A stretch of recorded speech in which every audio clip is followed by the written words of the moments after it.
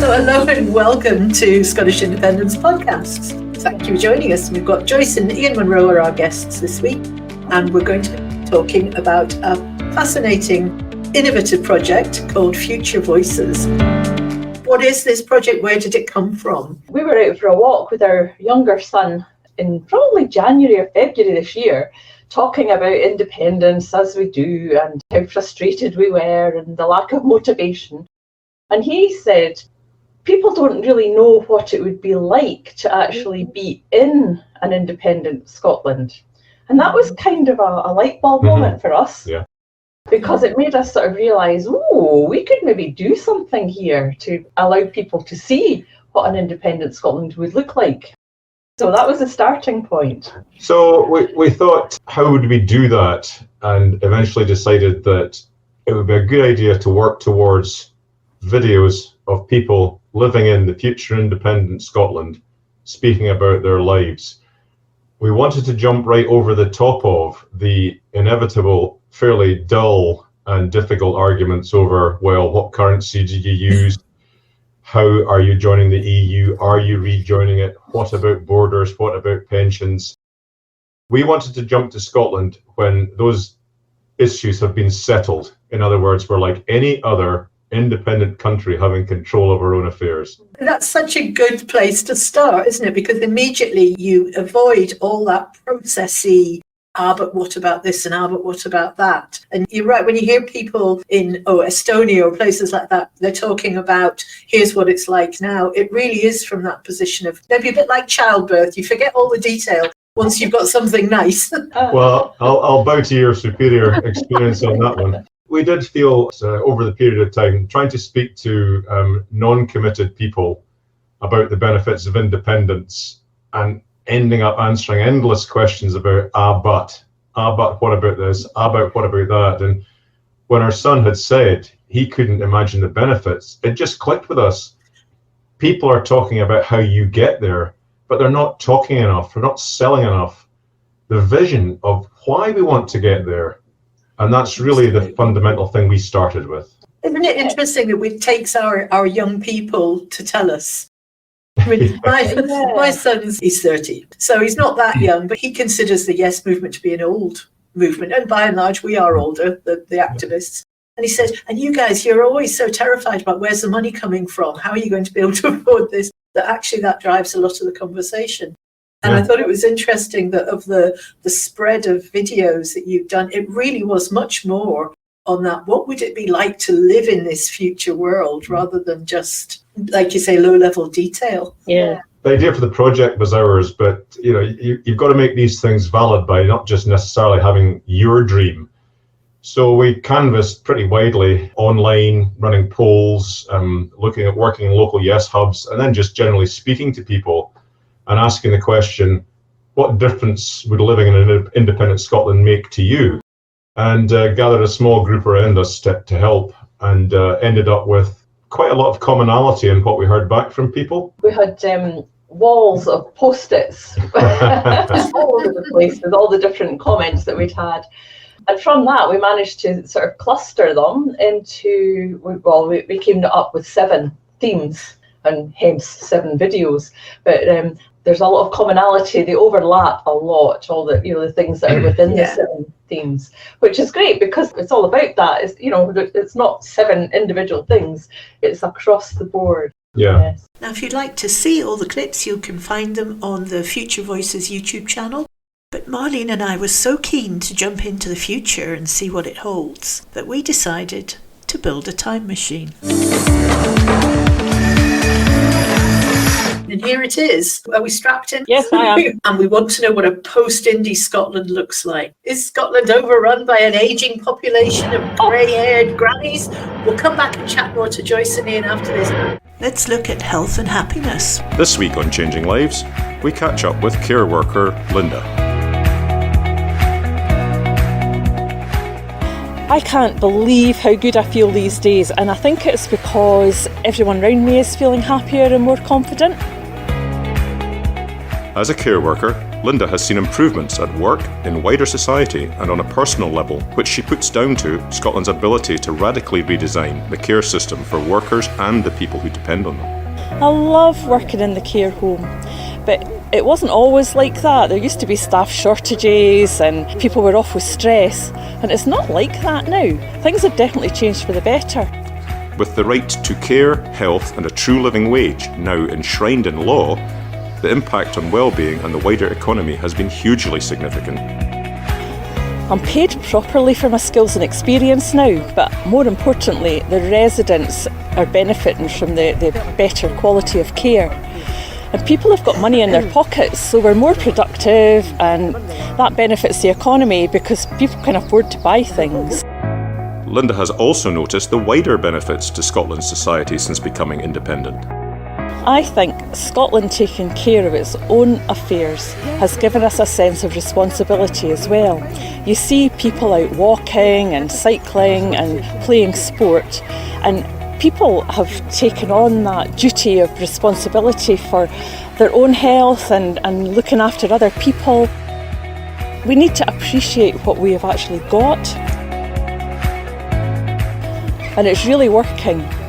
Scotland's already making progress up Europe's league of well-being. So, for Linda and many others, taking responsibility since Scotland's independence has been good for the nation's constitution in more ways than one. Sean Harris, Scottish Vision, Dunfermline.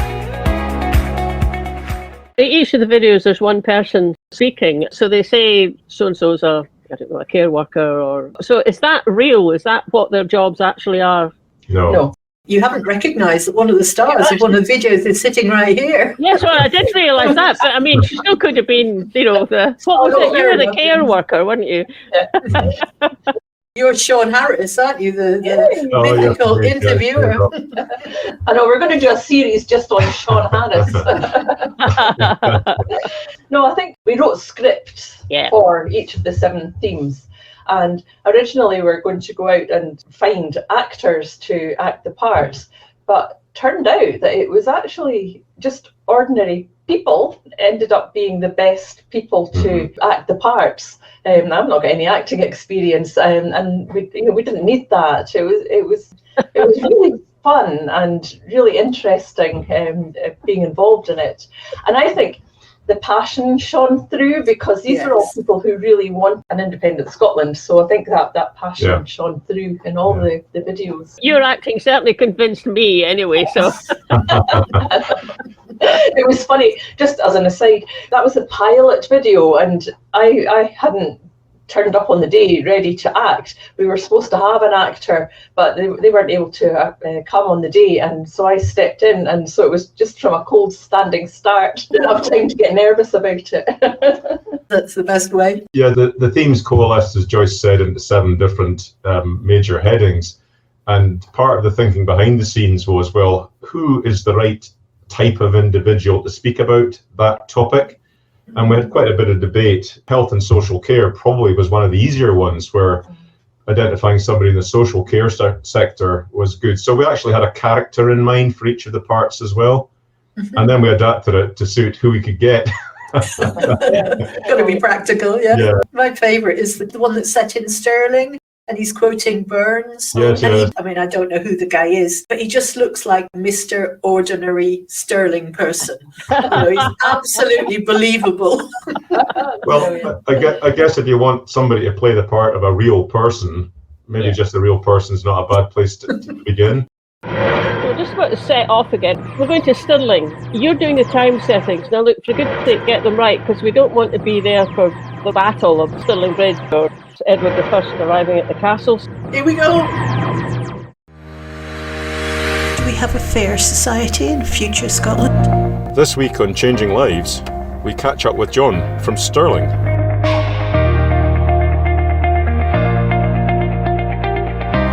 A man's a man for a' that. Those are the words of Robert Burns from over 200 years ago. And it finally feels like we're realising the equality in our nation that he once dreamt of. As an immigration lawyer, John consulted on Scotland's new fairness framework that has transformed life for the many. What's fairer? Well, we treat immigrants with much more humanity than we used to, no matter where they're from or how they got here. We process their paperwork much more quickly than we used to, and we support them in getting housing and jobs, which enables them to live their lives with dignity. They do the jobs we need doing, and they contribute to our society in an incredible way. Indeed, a major outcome of the fairness framework John helped shape has been a reversal of the population decline that has hindered Scotland for the best part of a century. Our nation isn't so wee anymore. Scotland now outpaces even Ireland in terms of demographic growth and is regarded across the globe as an open, dynamic place to call home. This focus on fairness has changed many other aspects of society, as John explains. The fairness framework reaches well beyond immigration, of course. Scotland's media, for example, is no longer controlled by a few wealthy individuals and conglomerates. As a result, the coverage is broader, the perception of the media is much more impartial, and as a result, it's trusted more. That need for us to be well informed is underpinned by our right in Scotland to a free education, practically from the cradle all the way through to the grave. Poverty and inequalities have been substantially reduced, leading to better public health. It also has led to a substantial reduction in the pressures on the national health and social care services. That's been driven partly by the creation of far more affordable housing in both the private and the rental markets. And because those homes are well insulated and draft-proof, occupants are no longer worried about energy costs. One of the other benefits of this is that homelessness has been virtually eradicated from Scotland. But I think one of the best changes to have taken place is the reform to our tax system. People now pay tax on how much land and property they own. As a result, it's much more difficult to dodge tax and people pay their fair share. These are some of the things we've done since independence that have contributed to our well-being. People feel far happier because things are much, much fairer. The benefits brought about by constitutional change have generated huge international interest from countries keen to emulate Scotland's blueprint for a fairer nation. For all that, and all that, it's coming yet for all that man to man the world o'er shall brothers be for all that.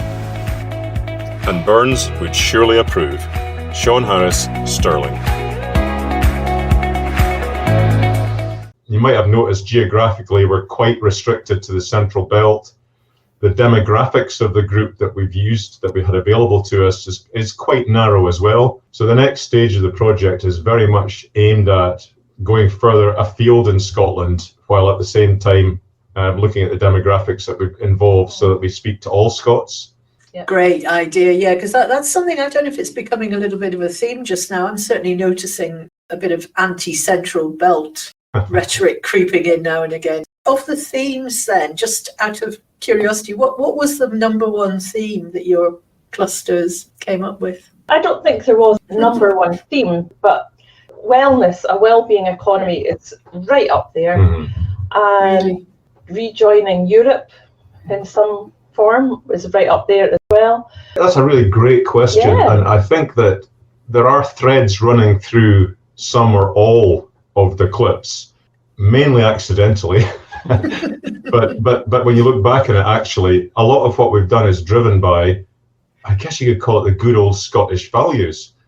You know, I think people look around them at the way the UK is being governed at the moment and just think globally, without any of the details of what's going on, that's not the way you should run a country. That's not the way you should treat people. That's not the way we were brought up to believe the world should be. And a lot of our clips kind of riff on this theme of Scottish values, but we can only say that now, really looking back with hindsight. Yeah. Yes.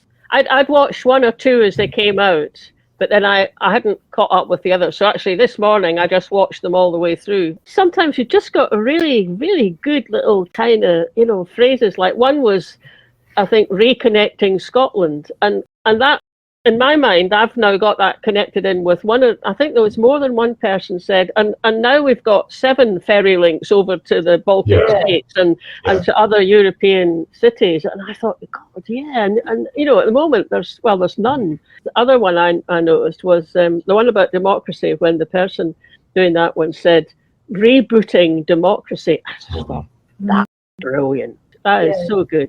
What we've tried very hard to do is make sure that everything we've put in these clips is real. In other words, it's not real now, but there's absolutely no reason why it should not be real. One of the suggestions we had early in the process from one of our contributors was that in an independent Scotland, we'd win the Football World Cup every 4 years. So that's fantasy. That didn't make the cut. But if you look at what we've got in the clips, I'm sure we haven't been perfect, but we've tried very hard only to put things in there that we're on the path to, obviously already, or exist readily in many other countries. And the one you quoted there about the ferry links, when we first saw it in one of the scripts, one of our team wrote, we thought, 7 ferry links. But then you thought, well, why not? That would be normal. Look what Ireland's done. They just, the minute Brexit came up, they just put ferry routes around Britain. England became a big roundabout in the Sea Highway in front of them. Right. The other thing I loved was how there's little sprinkles in there of kind of topical. The one that got me was the mention of the land reform and land tax. Now, there's a whole load of people currently interested in that, and it's a live debate. And those little push button things that catch people's interest, I think were very clever and very well sort of distributed as if it was just normal. Yeah. We now talk about land tax because that's the way we do things. I think the way we wanted to phrase that, again, I hope you picked up on this as well, was that we didn't say there's going to be a land tax based on the acreage. We said there's going to be fairer taxation of the land you own and the property you own. No, we didn't say there's going to be. We said, there is. There is. But it's very much present day. So that was quite powerful as well. We're back in the time machine and we're going to have a look at the clean and green future. Okay, let's go and find out what's happening in renewables.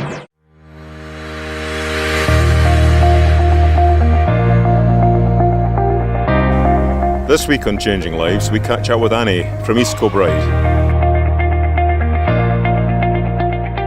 Ever since I was a wee lassie, I remember my granddad telling me stories about his past. We're actually quite alike, you see, because he was part of the BP team that struck oil off the coast of Aberdeen. Fast forward to now, and granddaughter Annie is playing a part in the new golden era of energy prosperity for Scotland. Except there's no drilling the deepest, darkest seabeds of the North Sea. Whether we're storing the energy for our people or exporting our surpluses for businesses and to make money, Scotland's renewable energy sector is thriving. We're creating a new energy, a cleaner, greener energy that doesn't come at the cost of our oceans or pollute the atmosphere at the back of some exhaust pipe. Annie is helping to lead the planet in the development, construction and operation of renewable technologies designed to take advantage of Scotland's vast tidal, wind and solar resources. These have the potential to dwarf oil and gas and to transform Scottish society, including how we travel. Since gaining independence, transport has been revolutionised. Public transport has become greener and more affordable, which makes the decision from getting to A to B a no-brainer for me. For my pals who work closer to home, our towns have become a friendly place for pedestrians and cyclists alike. Most of them cycle to work with no fuss. I guess that's all part of the influence that our world-leading approach has had on our lives. Sean Harris, Scottish Vision, Ayrshire. When we started as a group, we decided the first thing we should do is write down some principles of what we're trying to do and what messages we're getting across. And one of them was that we wanted the clips to be available and usable and hopefully used by any party, any group, any individual who supported independence.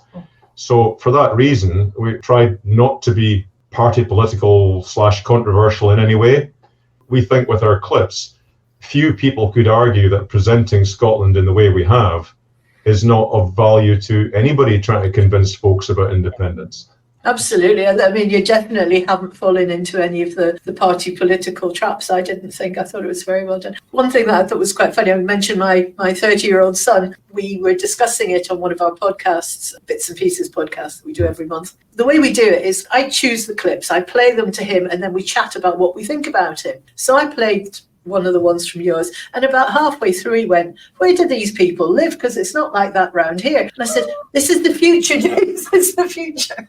And I thought that's quite clever, because A, he noticed it was different, but B, it wasn't so ridiculously different that he noticed straight away. He was about halfway through the clip when he thought, hang on a minute, He's not alone in jumping to the wrong conclusion there. We have trying to persuade a very well-known independent supporter in Scotland that these clips are worth supporting. I won't say if it's a he or she, but their initial impression was, well, this is fantasy. This is not how we are now. Where is this place? And I had to explain, well, look, the clue is in the title, the clip starts with "in future Scotland." And if it's not different, what's the point? That's right. Yeah. Yes, indeed. I mean, I was the same, actually. In the first couple that I watched, I mean, obviously I sat and I watched the title going by my eyes, and like "in future Scotland," and I'm still going, oh, but we haven't done that, and then I thought, no, hang on, this isn't someone who's talking to me about what the future could be like, and we do that all the time, don't we? This is someone from the future telling me what it's like. We've had that comment 2 or 3 times, and that's why we put our sort of in a future Scotland or a future independent Scotland at the beginning. But people skip past things, to get into the nitty gritty. So it might be something that we bear in mind. I've just taken a note.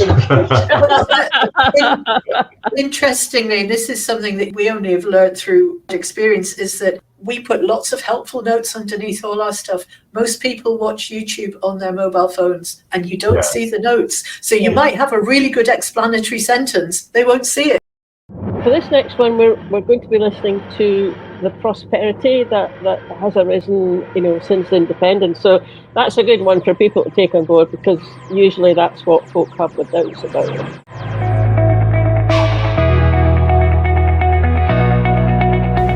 This week on Changing Lives, we catch up with Jim.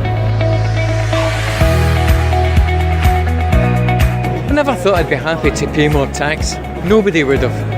But the system was overhauled. We all pay our fair share now, and all the money raised in Scotland is spent by Scotland for Scotland. In The Wealth of Nations, the pioneering economist Adam Smith argued that taxation should follow the principles of fairness, certainty, convenience and efficiency. And many would argue that's what New Scotland has achieved. But how did it happen? Well, you see, tax loopholes were closed, and everyone now pays tax on the land and assets they hold. Wages are higher, so now everyone pays more tax, and we still end up with more money in our pockets. Another thing, our state pension is now far better. It compares very well with other European countries.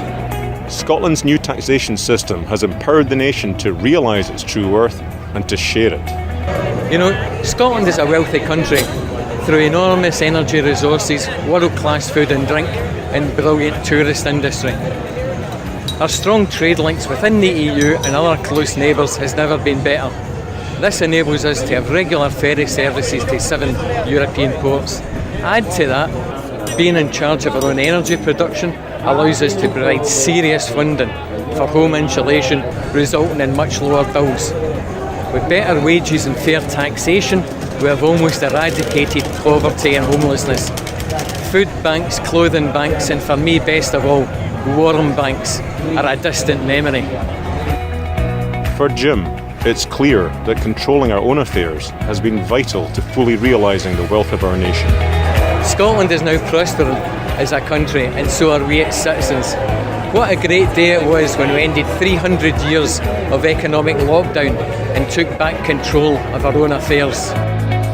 Sean Harris, Scottish Vision. The other thing that struck me as I was watching it was, I thought, there must have been something that didn't work. There must have been at some point when there was, I don't know, the beginnings of a run on the Scottish currency or something, because it couldn't all be as just straightforward and happily. It maybe wasn't, but by the time our people were living in our independent Scotland, it had all worked itself out. Yes, exactly. By the time I got to 5 or 6 of the videos, I thought, no, that's why, because it's happened. But this gets to another point you come across very often in speaking to people about a future independent Scotland. In fact, Joyce and I went to the Chain of Freedom recently, which is just fabulous. Yeah. Well done, Wilma and Judith, you're watching. Absolutely, yeah. I spoke to a lady just walking along the canal when we got there early to set up. And she was great. She was all for having a dialogue about independence, although she didn't agree with it.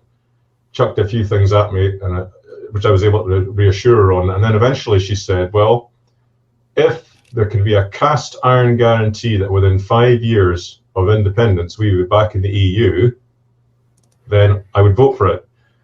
And I said, well, how many cast iron guarantees have you had from the Parliament in Westminster in the last 5 minutes, never mind 5 years, that just ain't going to happen, that haven't happened? And remember, the last cast iron guarantee we had about the EU was back in 2014, where voting for Westminster was the only way we were going to stay. Go to any country, anywhere, they're going to have ongoing problems with one thing or the next. And, but they're making their decisions about the best way to sort these things and deal with them, not asking another country to do it for us. It's ridiculous to expect that cast iron guarantees about anything in the future, isn't it? But I saw a cartoon once that I still think it makes me laugh, where it was a fish deciding to move onto land for the first time, and this other fish said, well, what currency will you use? That about sums it up, And this clip is about democracy, so by the time we get there, enough time's passed that we've already had 2 Holyrood elections as an independent Scotland, so now of course we get the government that we vote for, unlike at the present. I wonder how many parties there are in Holyrood. I wonder if Murdo Fraser's still there. I wonder who I voted for. This week on Changing Lives, we catch up with Liz. Liz works in local government with responsibility for improving local democracy and economic development. Since independence, we've enjoyed full employment locally. Our democratic structures have improved, as they're now based on our progressive Nordic neighbours, and we've got smaller local councils, so we're more accountable. In fact, everything's more accountable and so effective. We've learned that through local decision making and inclusion, more money stays locally too, so we can invest in real jobs and housing and local improvements. Our taxes and energy resources can now help reduce people's bills and create jobs and homes in rural and redeveloped areas. Our natural resources and people are no longer being exploited by others.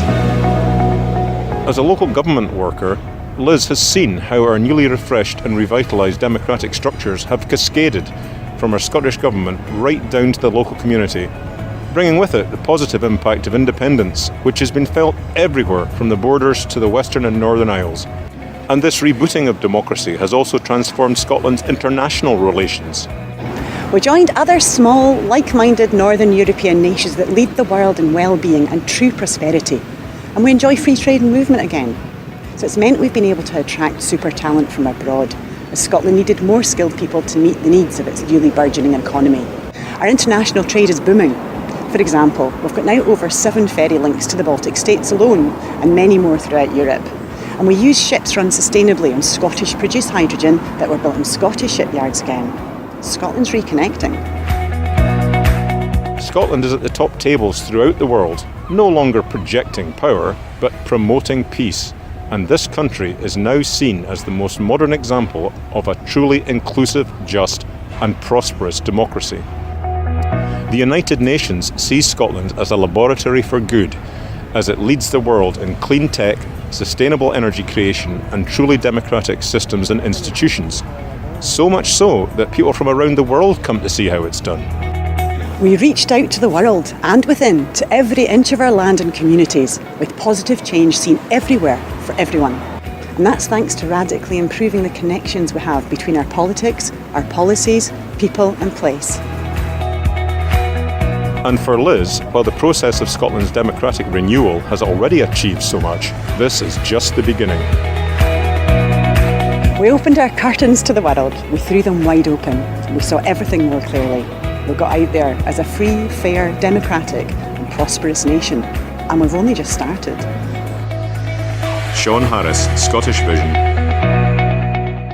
You've got really high production values in it. I mean, it's so well videoed, and that really comes through. And you know, we do our best here using this sort of setup. And Fiona and I know if we go out and do an outside broadcast, we're walking along, we can do something that's acceptable. But actually, what you've got there is really, really good quality. It's really so well done. Thank you. And we were delighted because one of the things was that we wanted to do it as professionally as we possibly could, because we wanted it to, you know, to be usable and just good. So we had to apply for funding to various places. A lot of the local Yes hubs and groups gave us some money, and we got money from SIF, the Scottish Independent funding people as well, so that we could actually employ a videographer. And he was just amazing. He was just so good. And he helped to make all the acting people be at ease.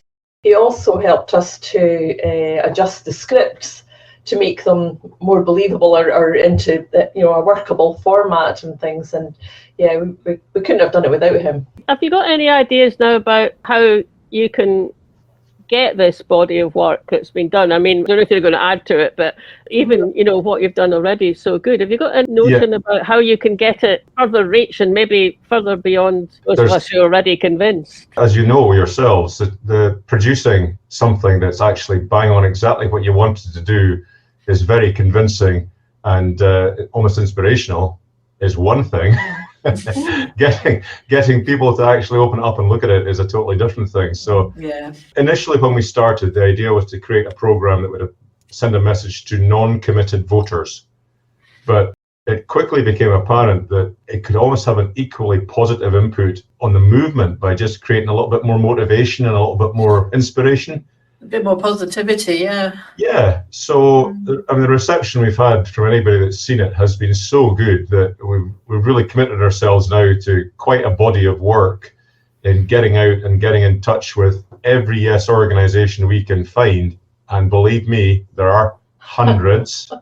So every Yes organisation, every Yes group, looking at known influencers in the Yes movement, which would be useful. But again, it's busy people and getting them to look at things.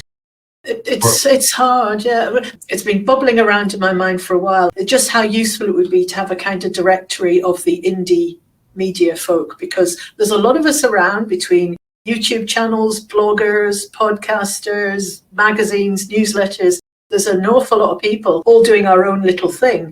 And I just think how much we could amplify each other's voices if we just joined up a little bit. But for something like, you know, your project, if you had a way of saying, well, here's all the people I might be able to get to share this, here's an email that goes out to them all, that could save you a huge amount of time. So that's one of the things that's actually really difficult because, we're plodding our way through a database of named groups, but you've got to go into their Facebook page to try and get a contact and then contact them and they don't always reply. And, it's a bit of a minefield, but we have a group, a sort of subgroup of 4 of us, and our job mainly on this project over the next however long it takes is to get in touch with really everybody to the point that we've either elicited some kind of response, even if it's it's great, or no thanks, it's not our thing. We could just say to anybody watching this, because we do a podcast version as well as a video version, if you're interested in helping the project,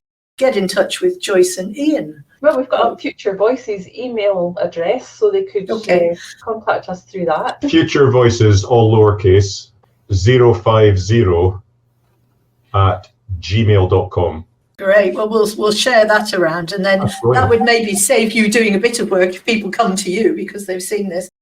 Like you were saying earlier, the creating the thing of beauty is one thing. The actual getting it out there is a completely different set of skills. We've found ourselves on social media platforms that we normally wouldn't be anywhere near, just to see how they go and to try and expand. But it's a hard slog. We are chasing down. We started from well over 400 separate indie groups based on lists held by existing organisations like Believe in Scotland, and but even starting from those, getting over to 400, you find out very quickly that quite a number of these organisations really ain't active anymore. As you go through chasing up organisations that are on those lists that aren't active, you find other organisations that aren't on the list that are active. So it's almost an ever-moving target. Got four of us really chasing all these leads right now, and something like this is so powerful, and we have a couple of other potential video interviews lined up as well with other indie groups. The second approach that we haven't taken yet, but we're about to, is we've got some funding to do some paid advertising on Facebook. Other media too. Oh, and other media, and not just Facebook, for adverts and things. So that's designed to try and tackle the out with the bubble. We're extraordinarily lucky with Phantom Power coming on board and being so helpful. We've been equally lucky with an individual helping us with social media advice. And this is an individual whose experience is in political messaging, as it were. Ooh. And the right platforms to use, the right approaches to take, giving us advice on how much we could possibly do, how we can maximize the budget we've got. So, and we are in the process, Phantom Power is in the process of creating 10 to 15 second, we're calling them trailers, clips. And the idea is they will signpost people to the YouTube channel. We're kind of excited by what might happen when we get these things going out into the wide world. Marlene, you've watched them in fits and starts, as it were. I know you watched them through today. Fiona, you saw them all in one go. On reflection now, seeing them all in one go, which only takes about 20 minutes in fairness, has a much greater effect on people because they see the threads then, they see how it all connects, and it almost paints a better picture of what that world's like. So one of the things we're also going to offer, we are offering to do to some of the groups we've spoken to, is to come and speak to them, do a bit of a show and do a kind of maybe a condensed version of what you saw in Dunfermline that night, Fiona. Yeah, and that was very, very good event. It was really well pitched, I thought. We're getting the hang of jumping into the future, but this time we're going to jump back and we're going to see the launch event of Future Voices, and this was in Dunfermline. It was a couple of months ago now, so I think I know how to do it. We should be able to drop in on the launch event and see what some people thought of the first time they saw these videos. Great, I've got my fingers crossed here. Fingers crossed. Right, let's go. Really impressed with the result. I've never thought that the filming would be so professional. The graphics and everything to do with the filming, it's absolutely first class. What I thought about the series of films, I didn't expect to be so emotionally affected. It really was a very emotional experience. And I've come along tonight, and I have to say I am very, very impressed. One of the problems I think we've had in the independence movement is actually convincing people that actually independence can happen. And watching these films, you do convince people that independence is possible. And I was really excited when I saw this new project coming along, and it's been wonderful to come and look at it because it's much more than my expectations. Just struck me when Al was doing some interviews with some of us afterwards, and I remember chatting with him about this. I mean, back in my former life, I used to do sort of culture change programs and things, and Future Engage Deliver was a formula that we used. It just struck me watching your videos. Thought, this is the start. It's that you spell out what the future could be like. Then the next step is you try and engage people in developing it with you.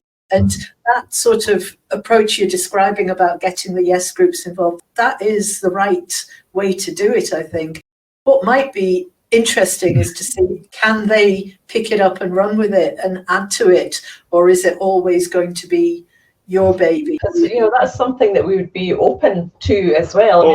We're excited about being able to develop what we've done further, but we've got to prove that what we've done is worthwhile before we can get funding or whatever to continue. There's something about owning it as well. I think if they were to maybe do their own version or develop it, it sort of brings people into the fold. It's been slightly, let's not call it a pain in the backside, let's call it clunky getting a hold of contact details, but it's a double-edged sword for us because, as I mentioned earlier, we want to get outside the central belt. I'm from Inverness myself originally, and I can assure you there's a feeling of a central belt bias, but we want to get outside the central belt. But although there are still dozens and dozens of things we could make clips about, it's not for us to go to Kyla-Blachalsh or it's not for us to go there and tell them what we'd like them to talk about. It's for us to go there and say, what are the issues in your area that people would like to see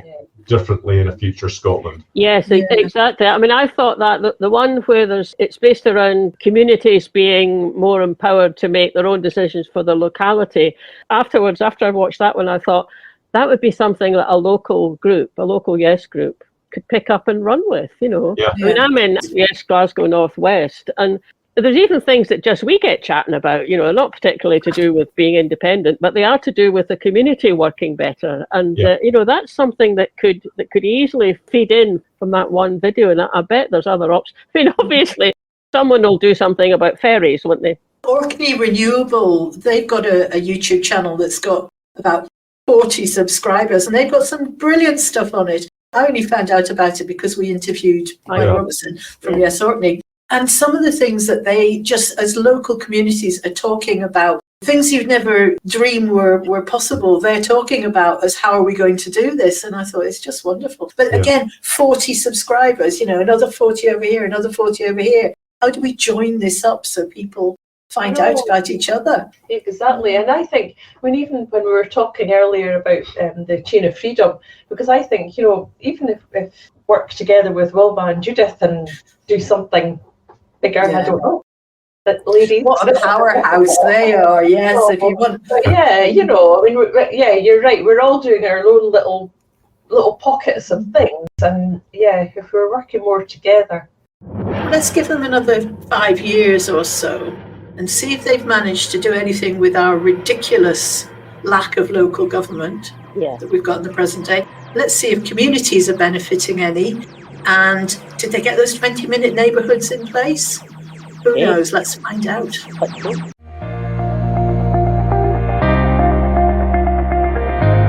This week on Changing Lives, we catch up with Lachlan.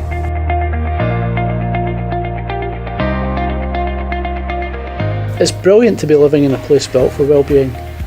Under the new planning guidance, placemaking and design have benefited greatly from local decision making. People like you and me are asked for our views and, more importantly, listened to. It's about creating communities we all feel better living in. Lachlan is a member of his local community council, which has wide powers and responsibilities for shaping local decisions. He has seen the impact of collective decisions on his local environment. The key was listening to the people and businesses in our community to understand their needs and concerns. We then used that understanding to identify the resources, services, infrastructure and amenities that contribute most to well-being. The first stage was to address the town's circulation problem. Lachlan's Community Council helped to develop mixed-use zoning that encourages walkability, reduces traffic congestion and enhances social interaction. Green spaces and parks provide opportunities for outdoor activities, relaxation and community gatherings. Streets are pedestrian and bike friendly, while public transport is efficient and accessible. The impact? There's way less dependence on private vehicles, which has reduced traffic congestion and pollution. New solar-powered street lighting has helped create a boom in the town's nighttime economy. And with the support of the community police, folk feel safe coming into the town at night. People are simply more active and more interactive with others. There are early indications that these measures are already impacting on life expectancy and on quality of life. Put simply, people here are living better for longer. And who wouldn't want to live here? The affordable housing promotes inclusivity and social diversity within the town.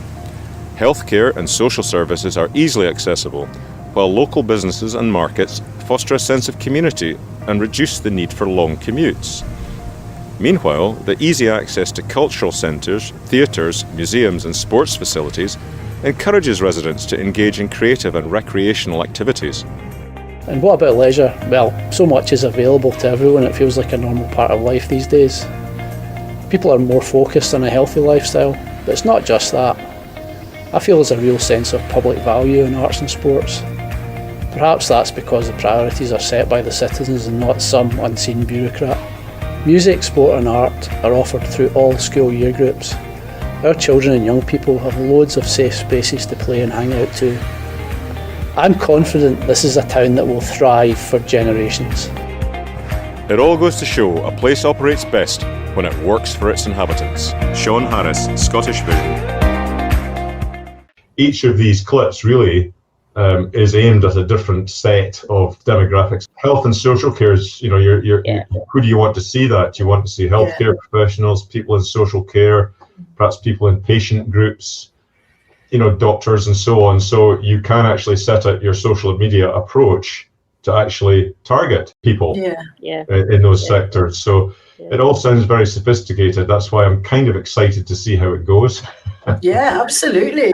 Realistically, we'll need money. We have actually had one of the feedback we got from our funders. I think all our funders were there for the first phase. The feedback was superb. So you'd like to think there's going to be goodwill towards us, even if there isn't pounds, shillings and pence. The effort involved in this for the people that have been involved has been quite considerable. And we don't just have to convince our funders that we're getting bang for the buck. We actually have to convince ourselves that we'd love to go to another phase. We've actually got the structure of the next phase penciled in. Broadly speaking, get out of the central belt and widen the demographics and talk about local issues elsewhere in Scotland. Yeah. That sounds like the perfect thing to start pulling in groups that are already there, though, doesn't it? Maybe share the load with them. Some of the groups are very active. Yeah, that's right. So we're part of what we're doing is trying to identify who's out there and who's active. That's been relatively straightforward. Getting them to talk to us is another one. But it is exciting, isn't it? It was last year, Fiona and I did a programme where we talked to one of the activists down in the borders, and she was part and parcel setting up a website and information about publicity about what their ideas are. And I mean, she's someone who already speaks about it from the point of view of this is what it could be like in the future. Yeah. She just had some fantastic ideas. And suddenly we were talking about the border. The border stopped being a problem when Ruth talked about it, and it became an opportunity. Yeah. And it wasn't pie in the sky stuff. It was, it was very well thought through. Yeah. Well, we can sit here right now, and you could make assumptions about what people would want to speak about locally. So we forever trot out, let's find a borders group that they'll probably want to speak about the border. Let's go to Aberdeen. We can talk about renewable energy there. Let's go to the islands, and we can talk about ferry connectivity and just general connectivity. But that's fine, but it's not up to us to dictate that. So some of these groups may have much more macro scale things that concern them, much more on a national level. And it's important that we get that voice and don't impose any kind of voice. Yeah. There are other aspects, aren't there? I mean, there's cultural and there's the arts and there's language. And if you're talking to people out in the Western Hebrides, they might well be talking about ferries, but they might also be talking about language. Yeah. And, their own sort of culture out there. And the 7 themes that we pulled together are the 7 big picture themes for issues that people told us appeal to them about a future Scotland, are concerned about the world now, what they'd like to see improved. Within each of these themes, honestly, there are multiple sub-themes, strands that would each justify a clip on their own. The raw material ain't a problem.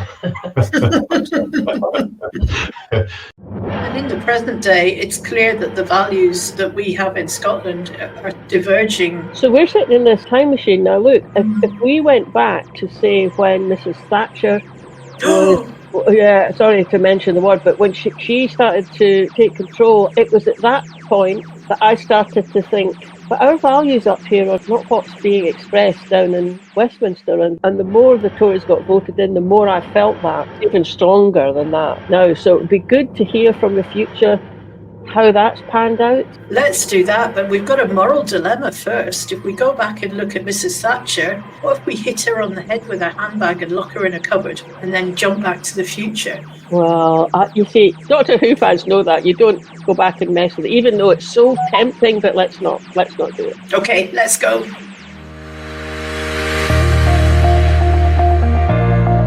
This week on Changing Lives, we catch up with Kelly, Director of a membership organisation representing charities, social enterprises and good causes across Scotland. Along with the vast majority of Scots, I value people, place and planet for the many above profit, power and privilege for the few. Now no one is left behind. And it's undeniable that Scotland is now a fairer, more equitable and inclusive place, with charities morphing into modern cooperatives and joint ventures. Those have infused business and commerce with a firm focus on purpose and well-being for all Scottish citizens and their communities, something that was only made possible when Scotland took charge of its own affairs. At the election, I happily voted yes, as I realised that along with others in Scotland, we must vote on values, not just tinkering with policies or idly waiting for things to get better. It's not that Scotland has better values than others. It's just, it was clear that staying in the UK with its increasingly divergent values was never going to deliver the fair and inclusive society we desired.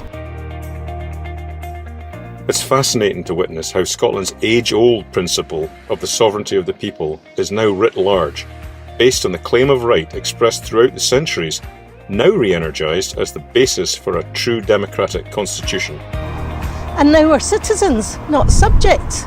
All people here are valued, and they create value, and that value stays here, flowing within and between our communities, embracing and embedding the Scottish values of fairness, kindness and care within the rich tapestry, or should I say tartan, of our wonderfully diverse people, old Scots and new. Kelly has also noticed how values have transformed the way we measure our economy. We don't use GDP, which is only about money. Instead, we use a well-being index to measure progress and sustainability, to truly gauge our economy and prosperity as it relates to us as citizens directly. We now keep our shared spaces beautiful, and we enjoy a balance between land custodianship and access. And we've created a truly caring society for all. No one is left behind. When someone gains, no one else is expected to lose.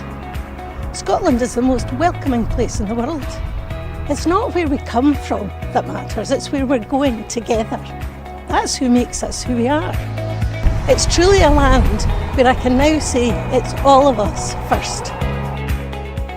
So, for Kelly and many others, independence has meant that these core Scottish values have finally found expression.